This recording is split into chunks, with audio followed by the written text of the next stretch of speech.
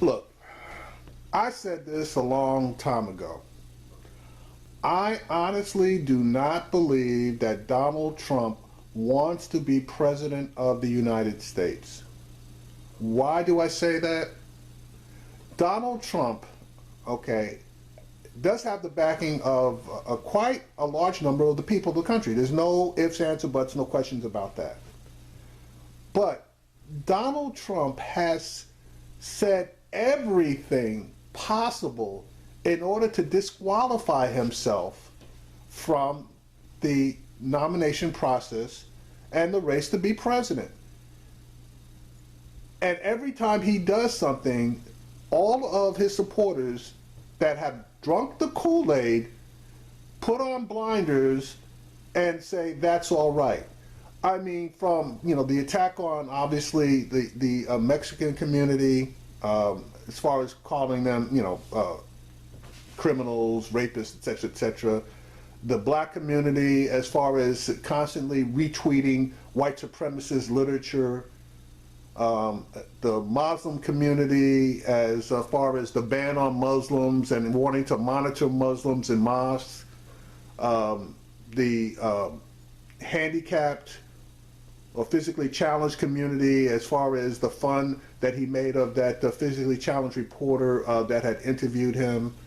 Women, and all the names and his opinion on women, and how a woman with small breasts is not can't be a 10. This guy has insulted everybody other than old white men. Okay, there's no way you can win an election by insulting everybody. But all his followers that have drunk the Kool-Aid turn a blind eye to that and say, yeah, but he wants to build a wall. He wants to build a wall. Fuck building the goddamn wall, because guess what? He is never going to build that wall. Paul Ryan is the head of the Republican Party, period. Okay? He is the Speaker of the House. Anything that he does not want to happen will not happen.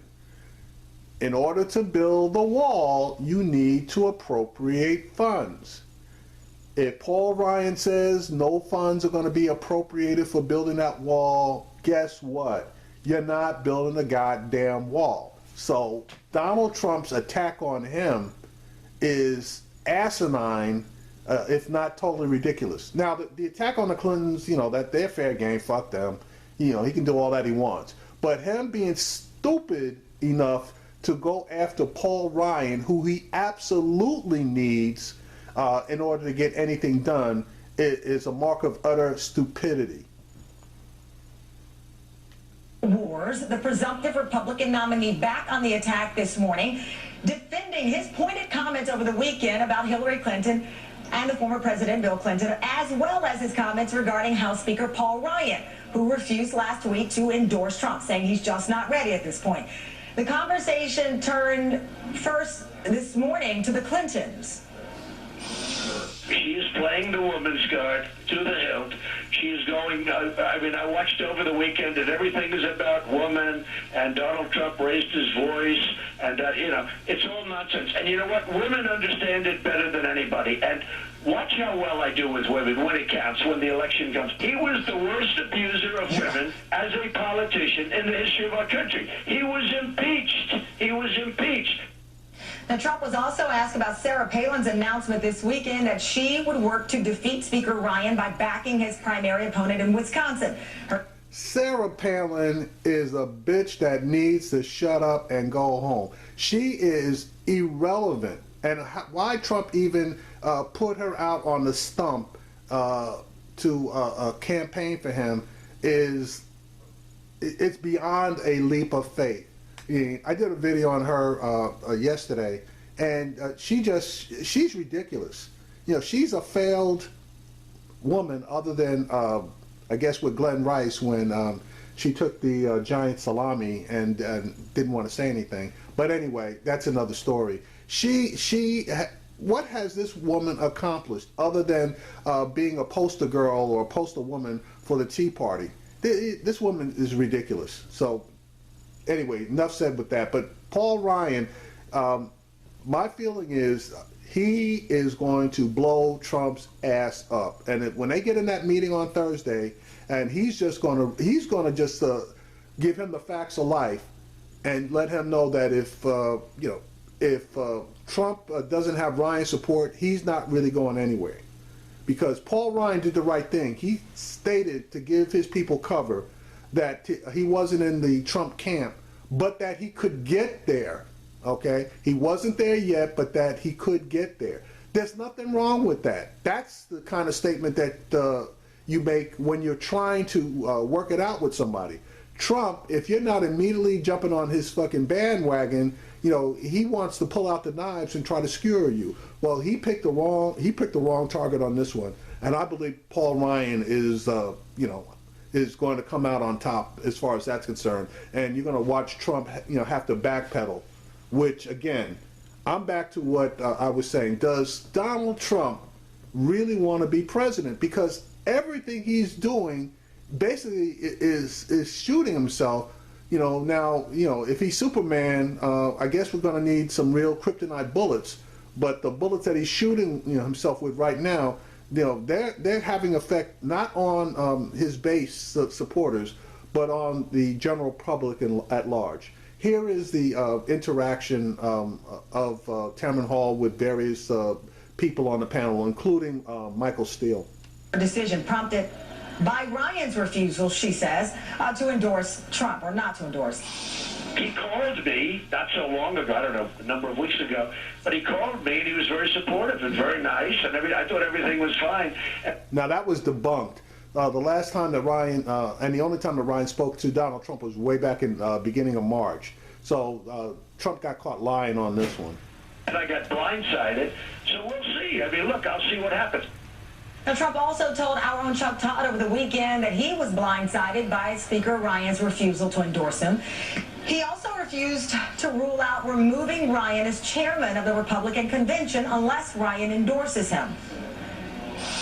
I don't want to mention now. I'll see after. I will give you a very solid answer if that happens about 1 minute after that happens. Okay. There's no reason to give it right now. But well, it sounds like the answer. It sounds like I know what. It sounds like I know what the answer is, but you don't want to say it yet. You don't want to sound. You're not here. You don't want to issue threats.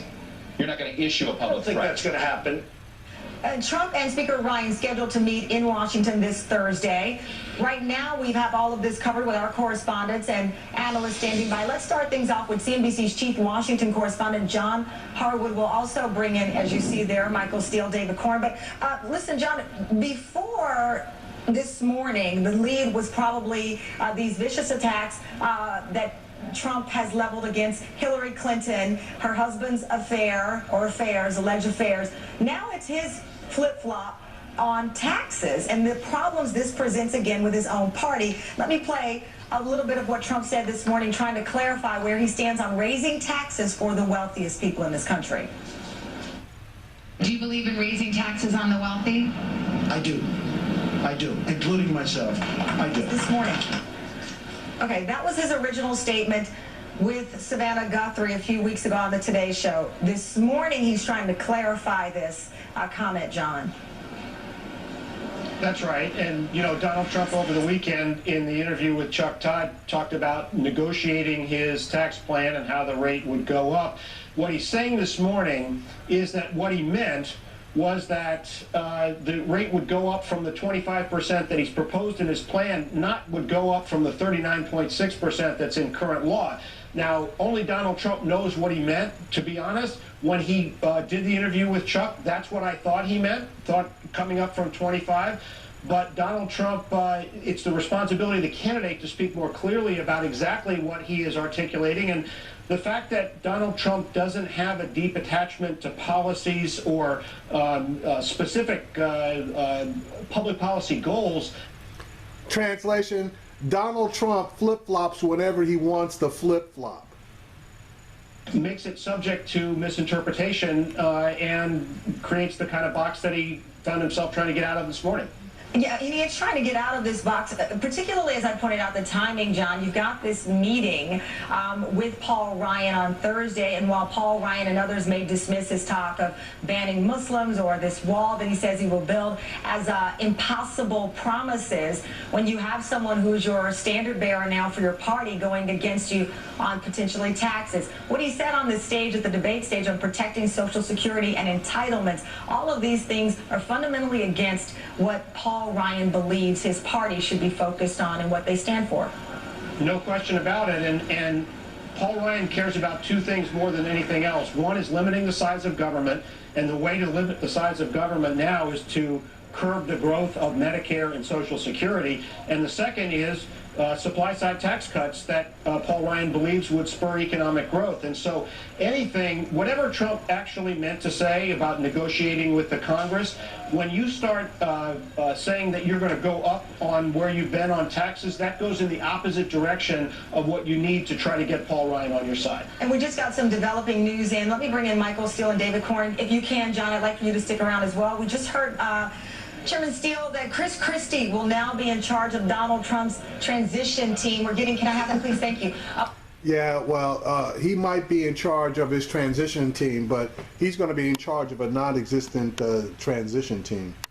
You know, I don't think Chris Christie is going to make a whit of difference in how Donald Trump behaves between now and the convention and the general election. And that's going to be the focus of the election. We can talk about ups and downs in tax policy. We can talk about what Hillary Clinton's proposing. But I think the core issue is whether this guy deserves or should be president based on his temperament, his personality, his inability to have a sustained policy discussion in any sort of elevated fashion. So, you know, Chris Christie heading the transition campaign, great. We'll worry about that in November. But at the same time, the Republican Party is still falling apart. You have leading figures saying they will not support Donald Trump, and now you have Sarah Palin, you know, saying, I don't know if this makes a difference, that she'll support ousting Paul Ryan from the party, who's meeting with Donald Trump next week. So it's chaos. I feel I'm happy my friend Michael Steele's not in charge of this. I can imagine the headaches that's going to ensue. But right now, talking about the transition campaign really seems a little bit irrelevant. Well, that's a good point, Michael. If you were still chairman, what would you do Thursday? How would put yourself in Ryan's previous? You know how this happens behind the scenes. Right. What would you do? Well, what you do is what's about to happen. I mean, seriously, I think the conversation between these three gentlemen on Thursday is going to be critically important. I think that what has to, from the chairman's perspective, Reince is looking at this going, guys, it's not just about you two. I've got a base across this country that is fracturing. We need the healing process to begin. The establishment types like Ryan know where the animus is. It's with them. He represents that. So what he's got to do is reconcile that, because he's going to need those supporters this November regardless. Donald Trump is in the exact same position. While he's got a fired up base that's behind him, he also recognizes he needs those donors. He needs a Paul Ryan support to help him make the very transitions he's just about to announce with Chris Christie. So everybody has something at stake here, and I think it's going to be Reince's opportunity to point that out to them and help navigate them to a space where they, you know, have a Rodney King moment and we all just get along. Donald Trump being a healer, I'm laughing, Michael. Look, you know, David, the position you're taking is the easy one. I get that. I understand it's easy to presume that Donald Trump is not going to participate or play right. But Donald Trump wants to be president of the United States. He's got to recognize it has to begin right now. Okay, and I'm back to my original question. Does Donald Trump really want to be president of the United States? And I'm going to be honest with you. I really don't think that he does. I think that he's gotten a lot further than he ever thought he was going to get, okay? I believe that Donald Trump is a master marketer, and he felt like any attention that he got through this entire process, he was going to be able to turn into giant dollar symbols. And this thing has snowballed. The same way I believe that Bernie Sanders didn't believe that he was going to get as far as he's gotten. But this is the year of the outsider. This is the year of the everyday guy standing up and protesting the bullshit political system that we're operating under. And Trump didn't read it, and neither did Bernie Sanders. And now Bernie's probably not going to get there, but Trump obviously is getting there. And now it's time for real men to really sit down, take a hard look at what all of this is going to mean. And I think Trump is basically at the point where he's got to do whatever he's got to do in order to be able to bail out of this situation. And this may just be the start of some actions that not even his loyal base is going to be able to support him on. What he did this weekend does not help that effort. That's what the we meeting said on Thursday can help but I think transition. he wants to be president of the United States, but John, it seems he wants to, for now, be the king of the Republican Party, and that's a very key difference. So let's play this out. John, does he go in the meeting and he says, okay, I will stop talking about raising taxes. I will, reverse on minimum wage. Originally, he was against raising the minimum wage. Now he says, after speaking with people around the country, he's okay with raising it to some point. Does he now pivot again and say, I'm not for that? I will, though, in exchange, stop talking about banning Muslims, which particularly could even impact the new mayor of London, and I will back off a little bit on my plan to build a wall and temper the language more in line with the Republican Party. Is that the chess game that might play out, John? Cameron, I think the last two things that Donald Trump would reverse on would be the wall and the ban on Muslims. Those are easy to understand things that have been at the core of his appeal. Most other things can be finessed. Donald Trump is a transactional politician. You could say on minimum wage, for example, well, I'm for state level increases, but I'm not for a federal mandate. That is a way to finesse that issue. But look, Donald Trump absolutely needs to diminish the infighting within the Republican Party because he has dangerous levels of opposition from within his own party that would make it impossible for him to compete in the general. This is a moment where Paul Manafort, who was brought in as the ambassador to the Republican establishment, he's somebody who's been working in Republican politics for a very long time, since Ronald Reagan was president of the United States. Donald Trump needs to listen to someone like Paul Manafort, who's trying to build those bridges, as opposed to reacting in a very personal way, as he did to Ryan last week, when he says, oh, I don't support Ryan's agenda either. That was Donald Trump, the aggrieved individual, reacting. He's got to figure out how to function as the leader of a party. But Annie, to John's point, Donald Trump's very being seems to be reacting out of emotions. As the kids like to say, he's all up in his feelings every time someone says something about him. And Elizabeth Warren has zeroed in on that in a way that I think people are not focusing in, and I was telling the team this behind the scenes. Her Twitter war with him over the weekend, starting with Trump on Friday, saying, I hope corrupt Hillary chooses goofy Elizabeth Warren as her running mate. I will defeat them both. Elizabeth Warren responding in a series of taunting things, saying, I called out Donald Trump on Tuesday. 45 million people saw it. He's so confident about his counterpunch, he waited until Friday. Lame. And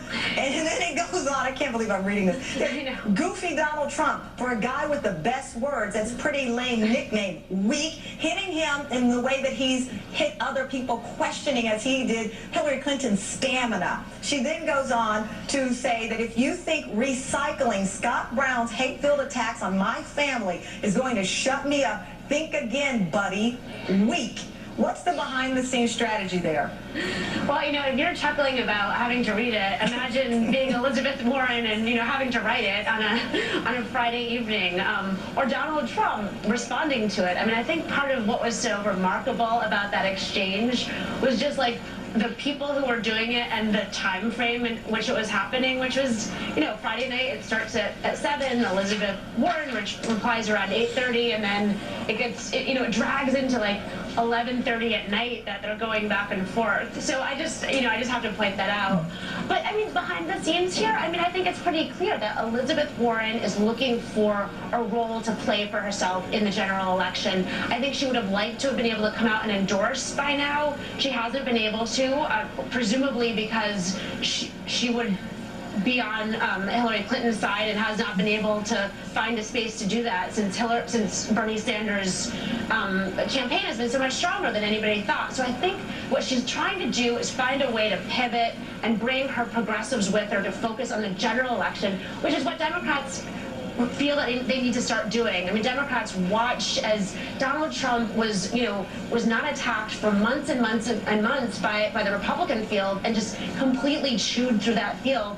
And they don't want to give Donald Trump the same amount of space that the Republicans gave him. And David, it cannot be left off the table how poorly we still see it, taking him on at a time where obviously we know the focus is on the female vote. Republicans, suburban white women voters especially. But Trump keeps saying women love him. It shows how delusional he is because he won't, can't read a simple poll. I mean, I think, he's taking the bait with Elizabeth Warren. I think other high-profile women, Democrats or non-Democrats, will be criticizing him throughout the campaign, and he's going to start attacking them and lump them all together with Rosie. He can't help himself. He has disregard and disdain for women who challenge him, from Megyn Kelly on. It's not ideological. It's sort of part of his temperament. And I don't see anything he's going to do. I don't see any ability for him to shift or change on this front. And I think that may be the determining cause of what's going to happen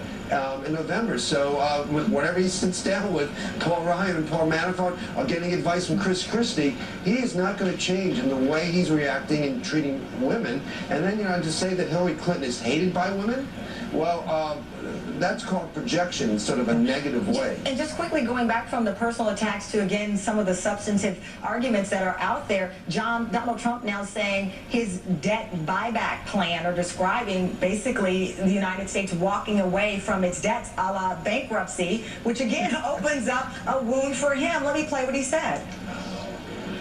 Won't that undermine the full faith and credit? No, if we can buy at a discount, that's a great thing. We have to lower debt. We have $19 trillion in debt. It's going to be 21 because, frankly, the budget was horrible that was made 6 months ago. I'm a low interest rate person, I believe. Now, if you have inflation, we're going to have to change that theory because you're going to have to stop things, slow things down.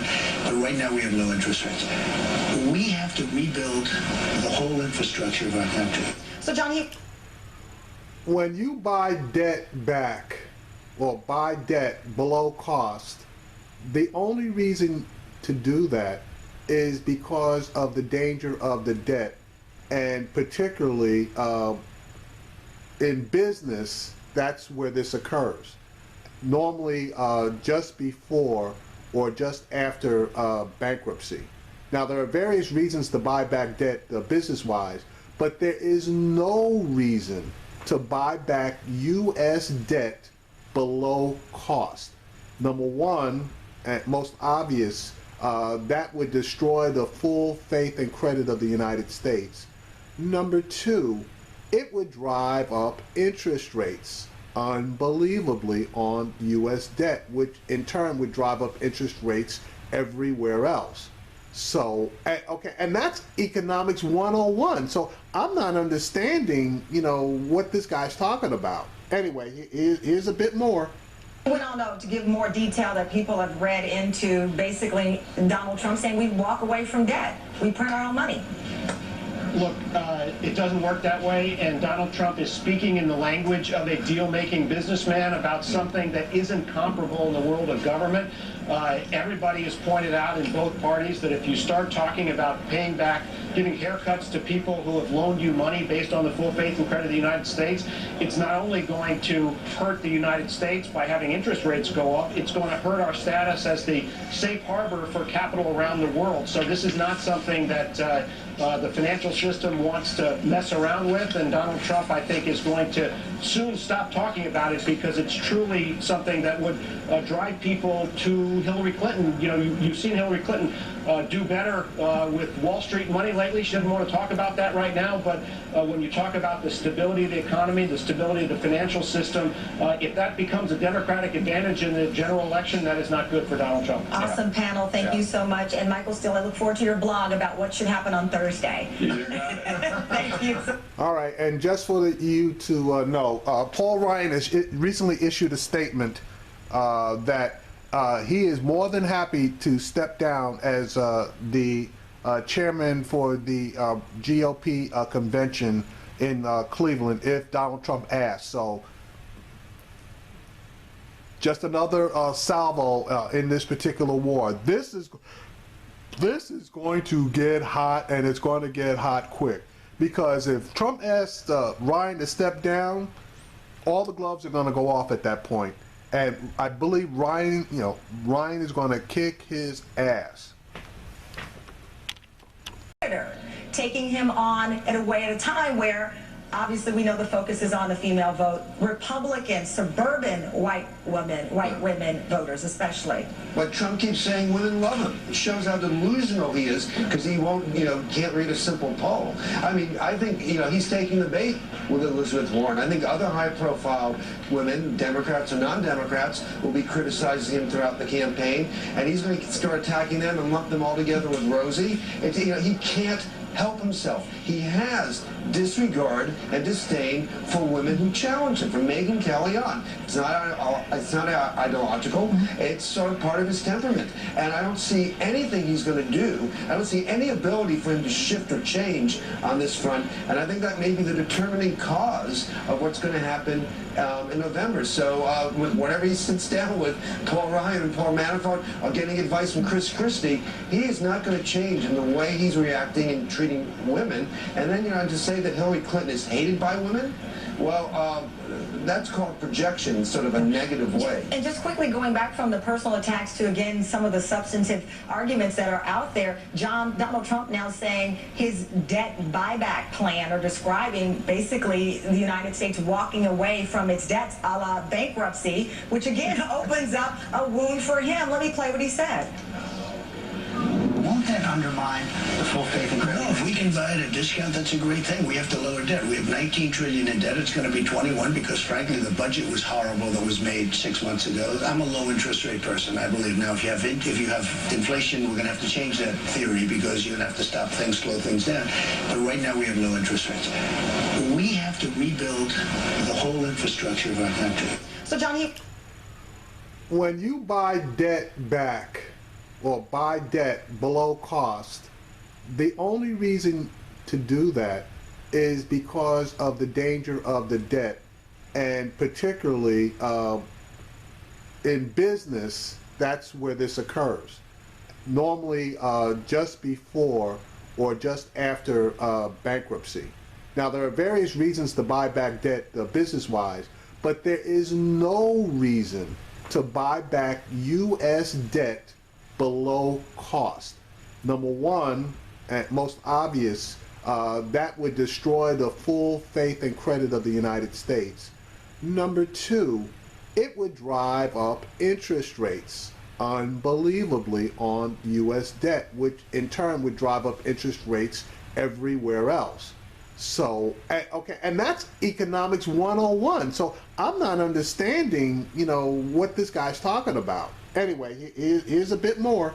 Went on to give more detail that people have read into basically Donald Trump saying we walk away from debt. We print our own money. Look, it doesn't work that way, and Donald Trump is speaking in the language of a deal-making businessman about something that isn't comparable in the world of government. Everybody has pointed out in both parties that if you start talking about paying back, giving haircuts to people who have loaned you money based on the full faith and credit of the United States, it's not only going to hurt the United States by having interest rates go up, it's going to hurt our status as the safe harbor for capital around the world. So this is not something that the financial system wants to mess around with, and Donald Trump, I think, is going to soon stop talking about it because it's truly something that would drive people to Hillary Clinton. You've seen Hillary Clinton do better with Wall Street money lately. She doesn't want to talk about that right now, but when you talk about the stability of the economy, the stability of the financial system, if that becomes a Democratic advantage in the general election, that is not good for Donald Trump. Awesome panel. Thank you so much. And Michael Steele, I look forward to your blog about what should happen on Thursday. Thank you.